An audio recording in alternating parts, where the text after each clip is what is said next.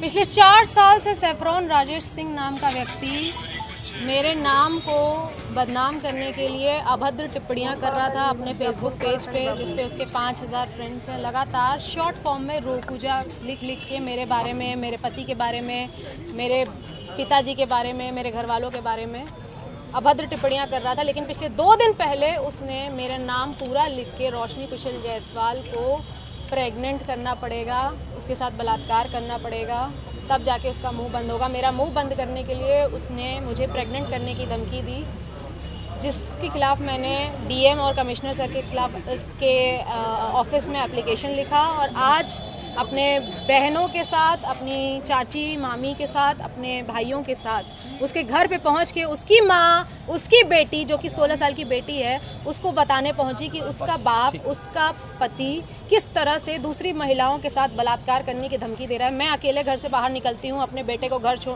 School छोड़ने के लिए, उसे ट्यूशन छोड़ने के लिए। मुझे अकेला पाकर वो कभी भी मेरा बलात्कार कर सकता है। मेरा बलात्कार होने के बाद, जैसे आरजीकर मेडिकल कॉलेज की महिला के साथ बलात्कार होने के बाद लोग उसके सपोर्ट में मोमबत्ती लेकर बाहर निकल रहे थे सपोर्ट के लिए, मैं नहीं चाहती कि मेरा बलात्कार या किसी भी महिला या किसी भी बेटी का बलात्कार होने के बाद लोग फिर से आरजीकर मेडिकल कॉलेज की तरह, निर्भया कांड की तरह मोमबत्ती लेके निकलें। अगर बलात्कारी ऐसा है, सैफरॉन राजेश सिंह जैसा है, और उसका घर मुझे पता है, जो मेरे ही शहर बाबा विश्वनाथ की नगरी काशी में रहता है, तो मुझे उसके घर पे जाके उसकी बीवी, उसकी बेटी, उसकी माँ को ज़रूर बताना चाहिए कि वो क्या है।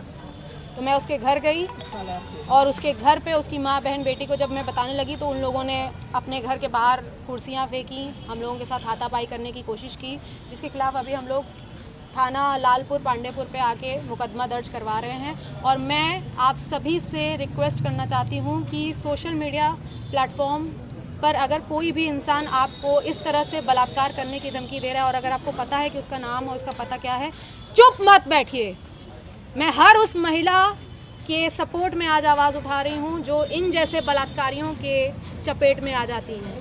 ये कितने महीने से चल रहा है जी? पिछले 4 साल से शॉर्ट फॉर्म में रोकूजा लिख के मेरा नाम खराब कर रहे थे और मेरे घर वालों के खिलाफ अभद्र टिप्पणियाँ, मुझे कभी भी कुछ भी बोल देना कि मैं अपने घर से पैसा लेके दुबई भागी हूँ या मैं ऐसी हूँ, मैं वैसी हूँ, कुछ भी कुछ लिख रहे थे। शॉर्ट फॉर्म में रोकूजा लिख रहे थे। मैंने कहा कि कुत्ता है, भौंक रहा है। ये कम से कम 250 पन्ने का फोटो स्टेट है जिसमें सारी चीज़ें लिखी हुई हैं।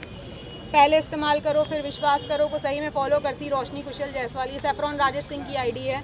फिर इसमें लिखा है कि आखिर माल हो हमार, तहु के दिलवा देव, अब बात खत्म करा, फिर से प्रेग्नेंट करे के होई, तब जाके रोशनी कुशल जायसवाल माल बनाओ। आप एक कांग्रेस की नेता भी हैं, क्या कहेंगे जिस तरीके से योगी सरकार लगातार बुलडोजर की बात करती है? योगी सरकार बुलडोजर चलवाती है, इन जैसे घर पे कब बुलडोजर चलेगा? और सैफरॉन राजेश सिंह नहीं, इसका नाम होगा आज से बलात्कारी राजेश सिंह।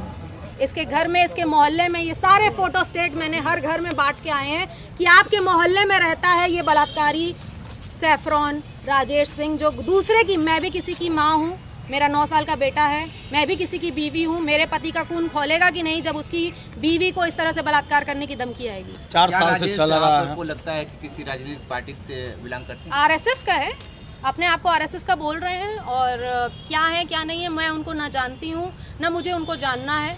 बस ऐसे बलात्कारियों से अपनी माँ, बहन, बेटियों को बचाएं। बीएचयू में भी भाजपा के लोग 3 लोग गिरफ्तार हुए थे। हर जहाँ पे बलात्कार की बात होती है वहाँ भाजपा और आरएसएस के लोग ही शामिल होते हैं। मैं इसमें अभी कोई पॉलिटिकल बात नहीं करना चाहती हूँ। मैं एक महिला हूँ, मैं हर महिला के लिए आवाज़ उठा रही हूँ और ऐसे बलात्कारियों से बचें। वो ये जो लिख सकता है, इनके दोस्त अभी बाहर आके कह रहा है कि उसने बलात्कार अभी किया नहीं है, उसने लिखा है। का नाम क्या था जो बोल रहे थे? तो ऐसे दोस्तों को मैं कहना चाहूंगी कि वो दोस्त कह रहे हैं कि अभी वो उसने किया नहीं है बलात्कार, आप उसको बलात्कारी मत बोलिए, उसने सिर्फ लिखा है। तो जो लिख सकता है 5000 लोगों के बीच में मेरे लिए, वो करने में चूकेगा क्या? मुझे अकेला पाके कहीं पे भी, मैं हर वक्त अपने बॉडीगार्ड लेके नहीं घूमती हूँ, हर वक्त मैं अपनी चाची मामी के साथ नहीं घूमती हूँ, मुझे अकेले निकलना पड़ता है अपने बेटे को स्कूल छोड़ने के लिए। मैं उस समय 4 बॉडीगार्ड लेके नहीं निकलती हूँ। तो मेरे साथ कल कुछ हो जाएगा तो ऐसे बलात्कारी राजेश सिंह के खिलाफ उसके दोस्त आएंगे सपोर्ट करने के लिए। ऐसे सपोर्टर, उनकी बीवी भी कह रही हैं लिख दिए तो क्या हो गया? अरे तो 4 साल से चल रहा था। इससे पहले आप अधिकारी पास गई शिकायत करने के लिए?